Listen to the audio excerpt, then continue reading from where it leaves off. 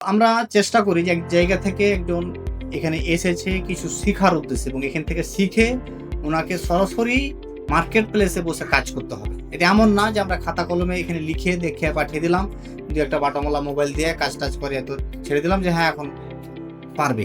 Actually বাস্তব কাজটা কিন্তু ভিন্ন।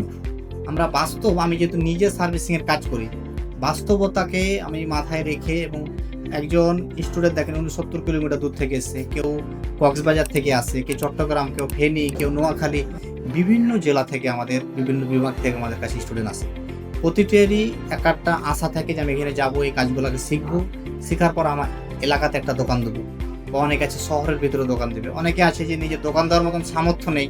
চেষ্টা করে কি যে আমি কারোর দোকানে হয়তো মাসিক বেতন হোক বা পার্সেন্টেজে হোক থেকে আমি কাজ করব। তো আমাদেরকে ওই বিষয়গুলো মাথায় রেখেই কিন্তু আমরা কি করি, আমাদের স্টুডেন্টকে কাজগুলোকে শিখে আমরা ছাড়ি।